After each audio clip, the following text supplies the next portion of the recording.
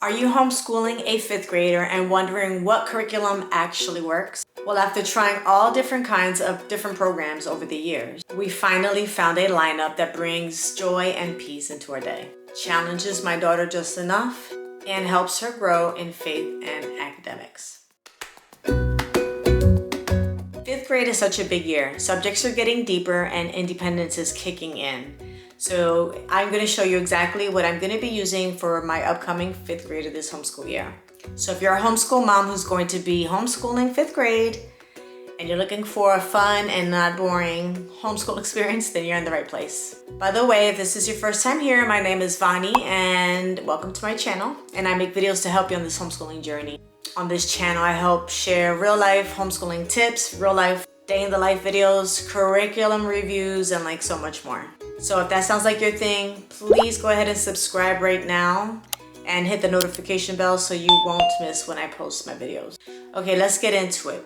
First, we're gonna start with language arts, and this is not gonna be very new to you guys. Some of the things that we are using are basically the same as the other years, but just a level up. And I'm gonna actually show you quick flip throughs of it all. So language arts. We are going to be using the Good and the Beautiful level 5. Do not click off this video. I know that some people have heard about the Good and the Beautiful. I don't want you to get tired of it. I want to share it with you, all the fifth grade stuff that they have, but there's so much more different things that I want to share with you as well. So just be patient, guys, okay?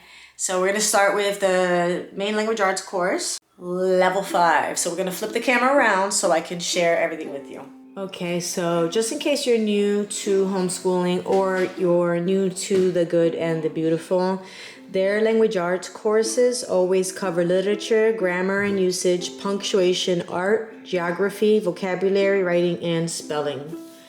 So this is the level 5 one. And we'll just do like a quick flip through. You can see the different geography. There's writing workshops in the book, which is different than the level 4 course had a separate writing workshop book that now it's woven into the regular course book. It also comes with this book set. And inside here you have, I guess, the books they're going to be having to read. Chico of the Andes, Majori, The Clockmaker's Son, and Captured Words. And then, like I said, the Good and the Beautiful covers art. So level 4 is doing pastels, so level 5 is doing watercolors. So these are the template sheets, which I don't even know what that is because I haven't opened it up yet. I thought they were watercolors, so I guess I have to get her some watercolors. Okay, so they're just pictures for her to learn how to color it properly. As part of like language arts, I found this at the homeschool convention. It's a grades 3 and 4 read and understand poetry. They didn't have like any upper levels, but it's a really good book. It has 26 classic poems and some lesson plans and activity pages to help kids understand poems, because you know poems can be confusing if you're not the one writing it. So we'll be doing this probably during our poetry tea time days and writing poetry as well. I'm also going to continue using this book that we've been using for a couple of years, but I've been forgetting to use it, where she's writing down the books that she's reading, and she has to fill out 2 pages about the book when the book is over, when she's done the book. But yeah, that's what she says. Look, I don't have any favorites, any new words. I'm going to have her check for new words as she's reading next time and have her put them in there.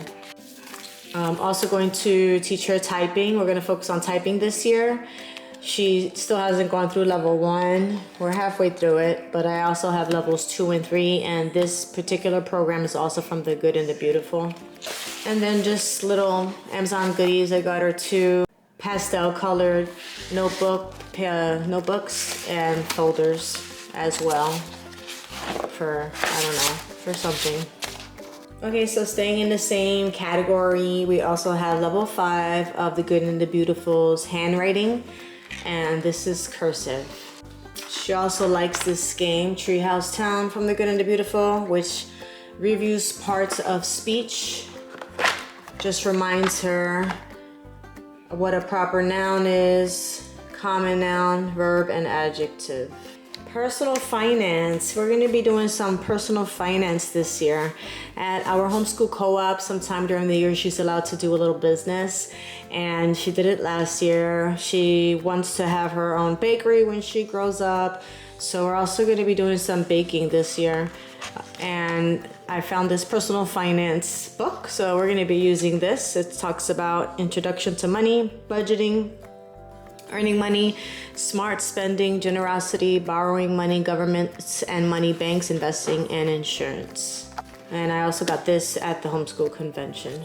Now you remember I said I wanted to do cooking with her. I just have a couple resources. We have a Bake Up Kids cookbook here. We also have an Usborne Start to Cookbook, and we are really into the show Just Add Magic. And so we got a little Just Add Magic cookbook here, the show on Prime, Amazon Prime, I think. So, trying to make stuff fun. For history, I have two different things. I do have the Tuttle Twins American History stories. This has recipes and activities and everything, but I really want to use the Good and the Beautiful's New History. So I will somehow figure out how to use them both, but we're homeschooling through the summers. We're actually going to be doing a Sabbath schedule, which is 6 weeks on, 1 week off on vacation. But this is the History Year 1 Maps and Images book, and then this is the big book of stories. And then here's the actual course book. And you can see it's not super thick.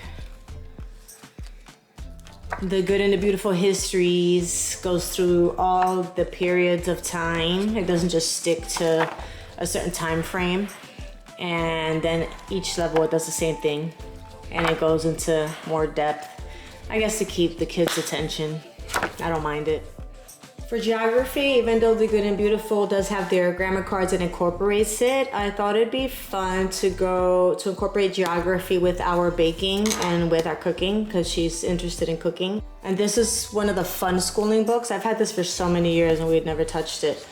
So we're gonna be looking at different countries, the different continents, and then maybe we're gonna listen to the music, maybe watch a movie, and then cook a meal. We'll probably do this once a week or something like that.